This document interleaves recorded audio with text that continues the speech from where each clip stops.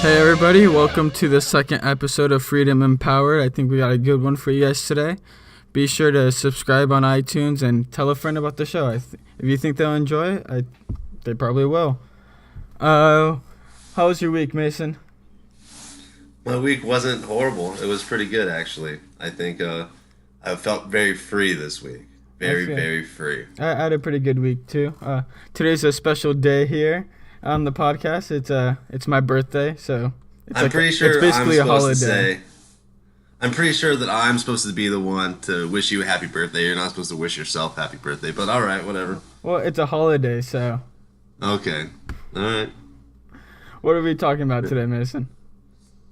Today we're going to talk about a more social side of things. So you know how our last episode, I think we touched on Airbnb, we touched on Amazon with Jeff Bezos, and we talked like some of the obstacles that we were confronted with were legal or restrictive, like a government regulation or something like that. But today we're going to bring it back down to the human level. We're going to talk about things that are either a social barrier or a mental barrier, and I think it's going to be a good episode. I think it's going to really hit home with a lot of the people that listen in on this. Yeah. What do you think? It applies to like everyday people.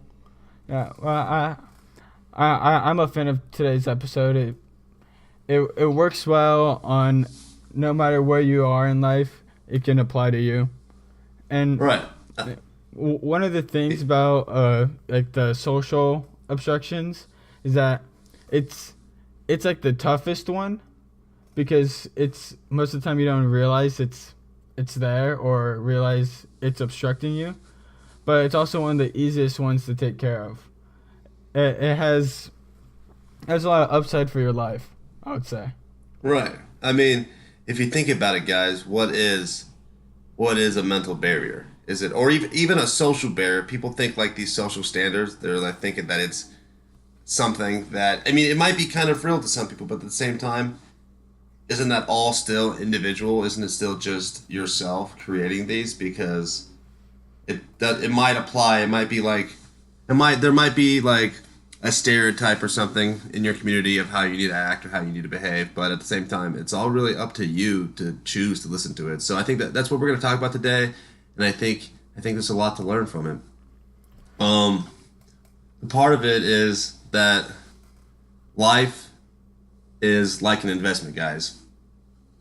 You have to put in whatever you want to get out. You have to put in an equal amount of effort. It's kind of like the stock market. You know, you put in money and you get out more money. You get out a higher level of investment. So what you need to do, you need to start thinking about, hey, where am I in my life? Where do I want to be? And you have to put in an equal amount of effort to get there. Yeah, and if like one of the things is like people don't want to put a huge investment in something that they're doing because they're comfortable with the security, and they don't want to get rid of the security because they don't know if it's gonna. They don't want to lose everything. They don't want to risk it all, which is part of the three things, like our three pillars of success that we're going to talk about in today's show. You want to start off with the three pillars of success? Yeah, I'll tell you guys about it. So these are our three tenets of success. One is you have to know what you want to do with enough precision to take action. What that means is you're not just having a dream. You're not just having some idea that you have when you're just hanging out with friends. You're actually focusing in on what you want to do and coming up with enough ideas and enough precision. Preferably, you should be writing this down to know exactly what you have to do to achieve that goal. And then the second tenet is to be able. Well, before we move on to the second one, I think a good way to get there is basically, if most people who get to success and they come up with an idea, they treat it. You're supposed to treat it as a second job or your first job, and your other job is supposed to become your second job. Or like when you get home from work, instead of like going home playing video games or watching TV, plan your vision. Go into your vision and start trying to make that work. Yeah, I totally agree. You know, people wonder why their dreams aren't becoming a reality, but at the same time, like, you go home, you sit down, you watch TV. What does that mean? Why aren't you spending time either teaching yourself a new skill, one, or two, just learning about the field you want to get into? It's all about personal freedom, guys. We talked about that. That's the whole point of the show, is how do you achieve a higher level of personal freedom? And whether or not you're owning your own business or you're making a lot of money, it doesn't really matter. Personal freedom is just you doing what you want to do. So if you're in a position where you're not doing what you want to do, you're working for somebody else, working a job that you don't like at all, what are you doing to change that? You can't just think about it, because, you know, this will actually, it's pretty good. This will go right into our second point. The second point is be willing to take massive risks to achieve those goals. So, as I was saying, you have these dreams, you know what you want to do, you put in the effort to figure out, to either learn a new skill or to, research how you're going to achieve that dream. And then you have to be willing to take risks to achieve it. All those ideas, if they just stay in your head, you could have the most revolutionary ideas, but if they just stay in your head, it's never going to change the world. It's never going to change your life. So you need to be willing to take massive risks to achieve those dreams. Yeah, totally. Because if you're not willing to take that risk, you may never find out whether or not it'll work or not, or it may always be in the back of your head, what if I would have taken that risk? Right. I mean, it's if you bold ideas are difficult and they're scary to put into action. They're scary to actually achieve, but that's why true success is reserved for the bold. You know what I mean?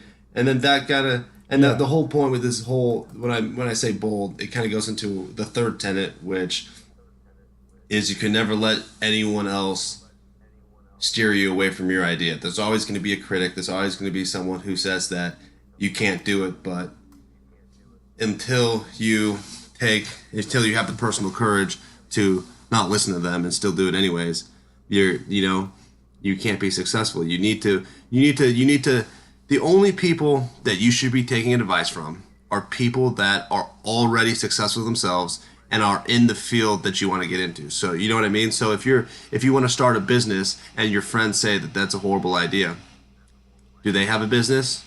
Are they doing everything they can to make their dreams reality? If not, then why would you listen to them in any way? Why would you? The only people that should be able to critique you are those people that have already done what you're trying to do. And even at that point, even if they say that your idea is not so good, still, if you believe in it, do it.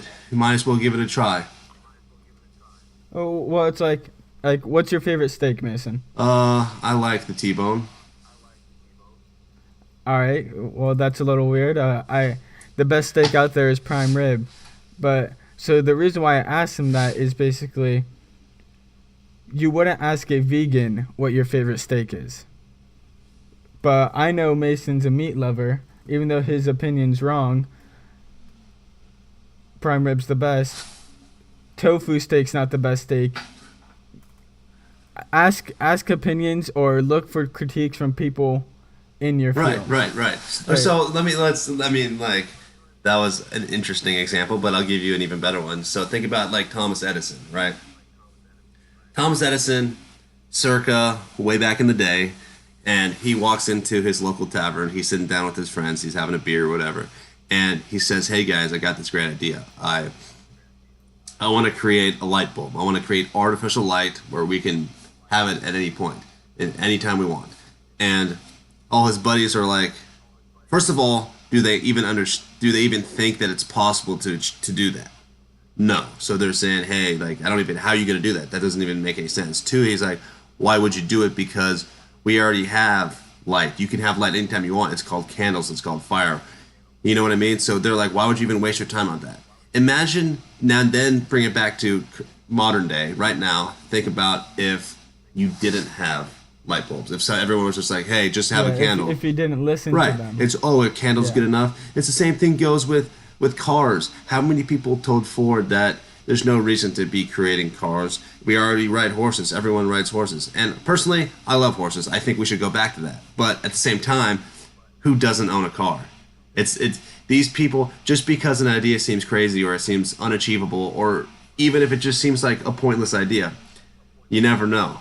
Yeah, almost all great innovation came from, well, people thought it was a crazy thing to Right. do. People didn't think it would work. And it's not even that they didn't think it would work, but they just didn't think it was necessary because you already are so happy with your life. You're already so like set in your ways. You're like, why would I need a cell phone? I already have a phone. What's the point? It seems like that there's definitely a point for cell phones.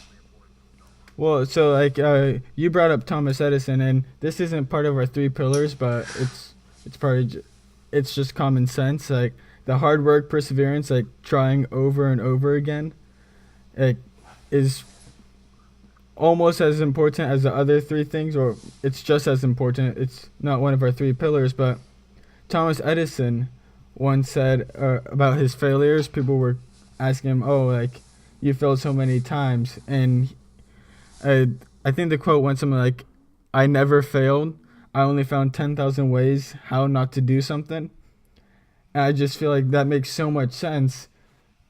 If you keep trying, you're gonna get there. If you give up, you're never gonna get Right, there. right. And you honestly should, because you're doing what you love, why does it matter if you fail? You're living every day the way you want to live it. You're achieving personal freedom. And then honestly, the success part is just really an afterthought. It's you doing what you want and trying to create a life for yourself that way. I mean, we'll talk a little bit about our a specific person, Elon Musk, and we're going to talk a little bit about how he followed these three tenets to get where he is today. And I mean, guys, don't be discouraged because Elon Musk is so successful, because I think he's like top 5 richest people on the planet. Um, that shouldn't discourage you. The only reason why we're using Elon Musk is because it's almost like we're magnifying our three tenets. We're showing how he had the biggest dreams. He took the most risk, and he did everything he could to achieve them, and that's where he's at today. So this can happen on any level. If your only dream is to own a small business or to learn some new skill or something like that, these tenets still apply. It's just on a lower level. We're just going to use Elon to show you how far they can go, how far you can get if you really commit yourself to the three pillars of success. Yeah, the first thing about Elon we're going to talk about is we're actually going to talk about his first company. He made Zip2. He borrowed $28,000 from his dad to start this company, and so this one is more the second pillar that we talked about, the risk one. It was a risk on his part because he could lose $28,000. It was also a risk on his father's part because he could have easily lost $28,000. He dropped out of school for this idea, and he just went wasn't it for like a PhD from Stanford? Yeah. Yeah, How crazy he- is that, guys? I think he dropped out like after his second. Right. Think about how crazy that is. Think about what that really means. It seems like not a big deal because we're talking about Elon, but think about you yourself. You've somehow found a way to get into the PhD program at Stanford or anything like that, and then you go and you ask your dad. You say, "Hey, Dad, I'm one, dropping out of school, and two, can you give me some money for me to start a business?" That's an enormous amount of risk, and he went for it because he believed, and look where he's at today. I think A lot of people today, that would not cross anyone's no, mind not at all, nowadays to not at ask. all. It's crazy. And then, what did he do next? So next, after he did that, he made a couple $1,000,000 from it, and then guess what? I believe he made $22 million from his first company, and then what he could have done is he could have just been, "That's it, I'm done. I have enough money to live like a king for the rest of my life. Why would I do anything more?" How many people listening to this show would just probably be like, "That's it, I'm done. I'm going to go and retire and just enjoy my life. But he said, no, I have more dreams. I have more dreams to achieve. I can be more free. And he took his money and reinvested it. And then you know how the story goes. He did PayPal, which was a massive success, which netted him $180 million. And then after that, he created SpaceX. And SpaceX is interesting because we'll talk about it. He actually went to Russia. His dream was to have commercialized space travel, right? So he went to Russia to get some ICBMs to help him launch satellites into space. And basically what happened was the scientists or whatever that he was trying to buy them from laughed in his face and said, that's a horrible idea. You're trying to commercialize space. That's never going to work. And not only did he not listen to them, and by the way, these guys were experts in their field. They weren't just some friends that were critics. These were people in the field that he was trying to get into who told him he couldn't do it and laughed in his face. And he not only did he say, you're wrong, I can make this happen, but then he said, if you're not going to give me the missile system, I'm just going to make a new one myself, and I'm going to make it better than you. And he did. And when you, I don't know if you guys read the article a couple months back where he launched a Tesla car into space, but basically he saved $75 million to what the usual cost is to launch something like that into space.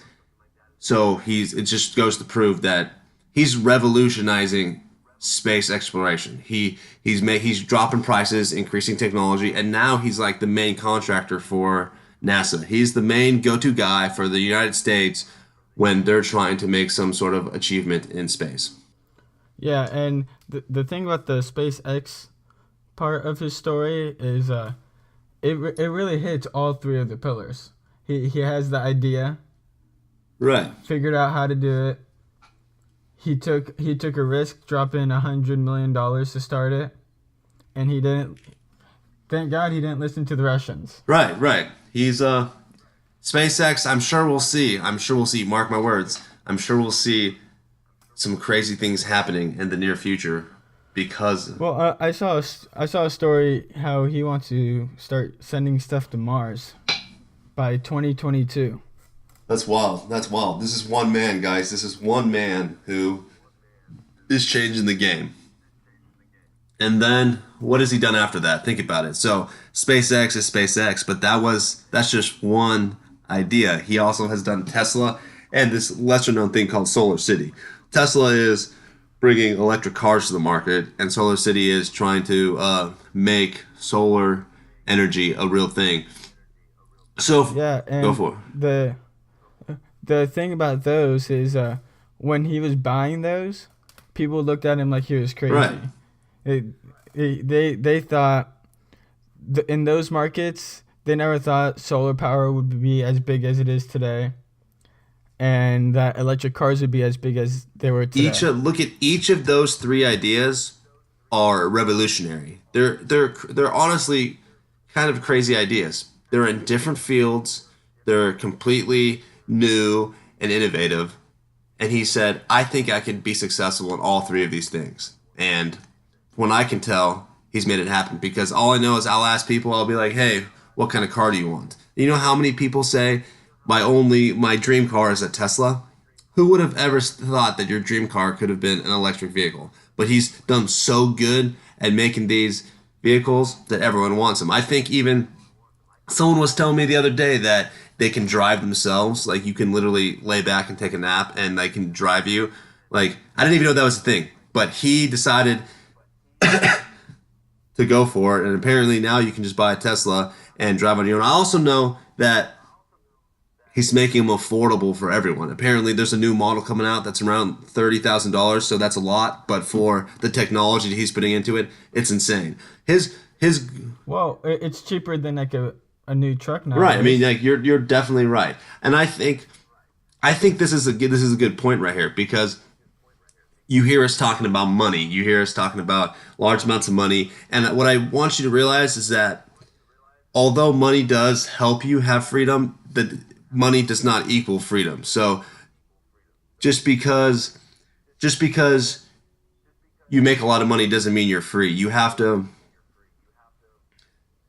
like for instance, Elon. His goal wasn't to have money. It's never been to have money. His goal has been to help the world. And I think that what he does here really proves the point because for instance, Tesla. He's made the schematics for electric vehicles available to everyone. He's basically made it so that his competitors in the field can go and use his schematics to create electric cars. I don't know if he gives them all the techniques. I don't know if he gives them all the special things. I don't think he give them maybe not to he won't let them create cars that drive themselves, but anyone in the industry can use his technology to create an electric car because his goal is to help the world. His goal isn't just to have money or just to have fun.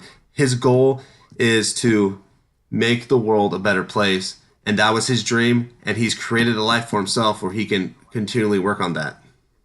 Yeah, it's really great. He's done it with almost everything he's done. He's revolutionized the game in whatever field, from small online businesses to space exploration to solar Right. panels and electric cars. And if you need even more proof that he's created a life of freedom for him, I know that he was selling